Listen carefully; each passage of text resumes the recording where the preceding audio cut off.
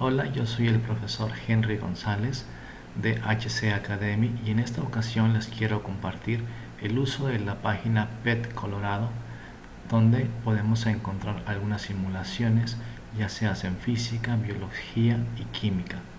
Por ejemplo, si entramos a la parte de física, podemos encontrar algunas simulaciones que tienen que ver con la adición de vectores, algunos temas que tienen que ver con matemáticas, con el análisis de algunas curvas. Por ejemplo, podemos entrar y ver una simulación que tiene que ver con el concepto de cargas y campos de la materia de electricidad. En sí podemos ver muchísimas otras simulaciones. Esta es una página creada por la Universidad de Colorado, la cual es gratuita. Ustedes pueden, como estudiantes, acceder, crear una cuenta y acceder a cada una de estas simulaciones. Por ejemplo, anteriormente se vio el tema, o he explicado en algún video anterior, el tema del efecto fotoeléctrico. Entonces, para descargarlo simplemente ustedes dan clic aquí y se baja un archivo con un cierto nombre, con una extensión .jar, ya que estas simulaciones corren en Java.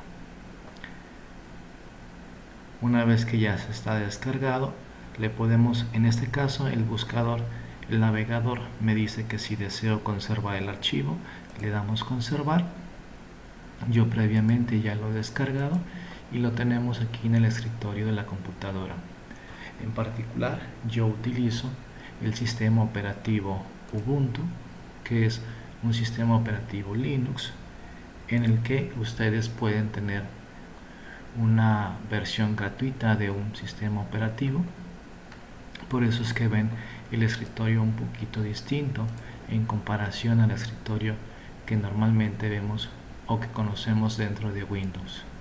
Entonces, para ejecutar este archivo, para poner en práctica lo que hemos aprendido del efecto fotoeléctrico, le damos clic derecho y simplemente le decimos que se abra mediante Java.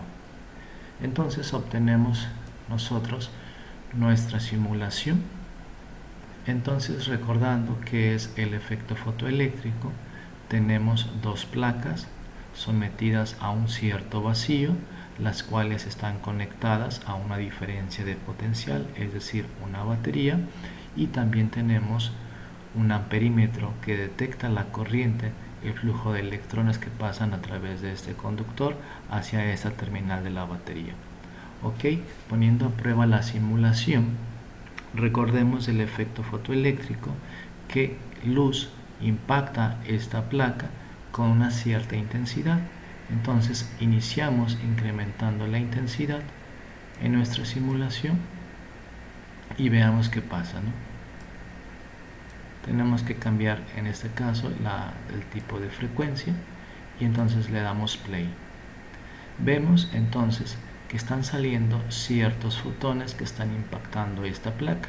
En particular, la simulación me permite cambiar la superficie de la placa, es decir, podemos considerar que hay sodio, que hay zinc, que hay cobre, platino y calcio.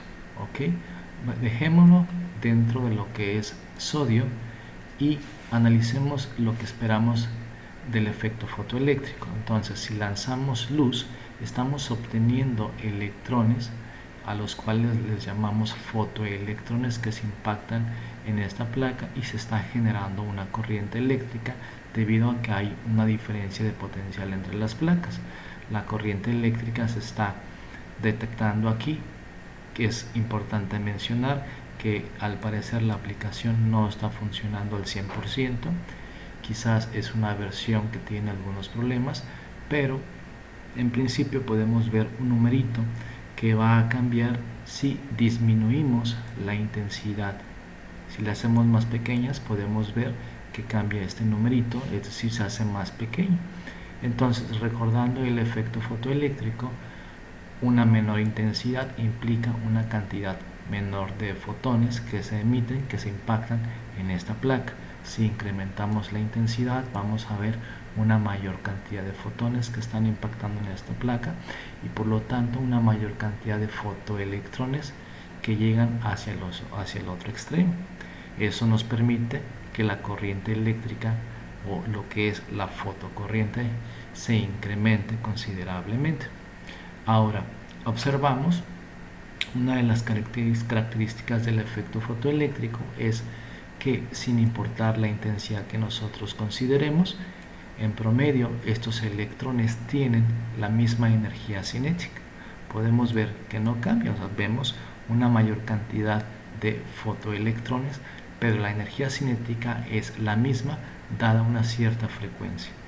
Por ejemplo, si nosotros reducimos la energía, es decir, si nos vamos hacia longitudes de onda cada vez mayores, estamos reduciendo la energía de estos fotones que están impactando en esta placa, y podemos ver que la energía cinética sí depende entonces de la frecuencia de la luz que impacta la placa. ¿Ok? Entonces, a mayor longitud de onda, es decir, fotones con una menor energía, implica una menor energía cinética de estos fotoelectrones. Si nos vamos a frecuencias, es decir, hacia el extremo, hacia la parte ultravioleta, con longitudes de onda cada vez más pequeñas, es decir, luz más energética, vamos a ver que la energía cinética de estos fotoelectrones se incrementa considerablemente. ¿Sí? Y podemos analizar el caso donde disminuimos la intensidad y lo único que observamos es que los fotoelectrones tienen la misma energía cinética, pero reduce la cantidad de estos, es decir, la corriente se viene abajo, pero la energía cinética es prácticamente la misma. En esta simulación podemos generar algunas gráficas, por ejemplo, le podemos dar aquí corriente frente a voltaje, e incluso podemos hacer una captura del momento en que estamos midiendo esta corriente. Aquí nos dice que el material en el que se está impactando la luz es sodio, se está utilizando una longitud de onda de 386 nanómetros con una intensidad que nosotros acá no lo vemos como les había mencionado, pero es del orden de 10%, con una diferencia potencial de 0.0 volts, es decir, en este caso tenemos que está equilibrado. Podemos hacer también que se incremente, miren, lo hacemos cada vez más positivo, entonces lo que observamos es que estos fotoelectrones llegan a este extremo con una mayor energía cinética. Pero ¿qué pasa si hacemos lo que hemos comentado, de que podemos invertir completamente la diferencia de potencial? Miren, ven que encontramos un potencial de frenado, es decir, podemos hacer que esta placa entonces quede de forma negativa, que tiene la misma carga que la de los electrones, y entonces los electrones no llegan a impactar en esta zona. ¿Qué requerimos hacer para que se acerquen un poco más? Pues incrementar la energía de estos fotones que están siendo emitidos, y podemos ver que a pesar del potencial de parada, estos fotoelectrones tienen la suficiente energía como para llegar a esta placa. Podemos disminuir un poquito menos a menos 0.40 voltios, podemos ver que está pasando, aún así están llegando a esta placa. También podemos graficar otras cantidades, por ejemplo podemos indicarle que nos dé corriente frente a la intensidad lumínica. ¿Sí? Vemos aquí corriente, fotocorriente, y aquí tenemos intensidad. Entonces, ¿qué pasa si incrementamos la intensidad? Pues se incrementa la cantidad de fotones que impactan esta placa y por lo tanto se incrementa la corriente eléctrica. Muy bien, hasta aquí dejamos este video. Ustedes pueden descargarse esta simulación y en general cualquier otra de su interés y poner en práctica estas simulaciones. Lo único que requieren es que tengan instalado alguna versión de Java y que tengan un navegador lo más reciente posible.